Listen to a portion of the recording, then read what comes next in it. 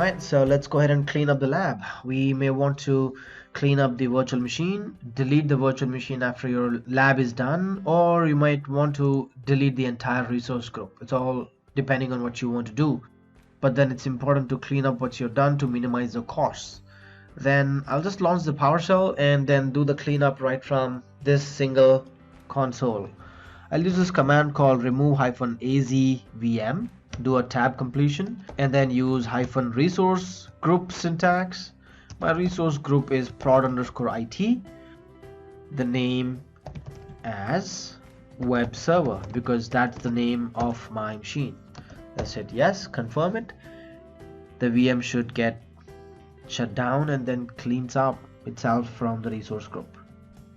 The next step, if you want to remove the resource group or the entire resource group, you will use the commandlet called remove-az resource group. Switching back to the console here and then looking at the virtual machine section, let's see if it is actually being deleted. There you go, this is cleaned up from the virtual machine console, it's gone, and I should have some confirmation on the PowerShell as well. So if you've not received it, that's fine, you should get that anytime. You can also use the similar command remove-az resource group name to clean up the resource group too.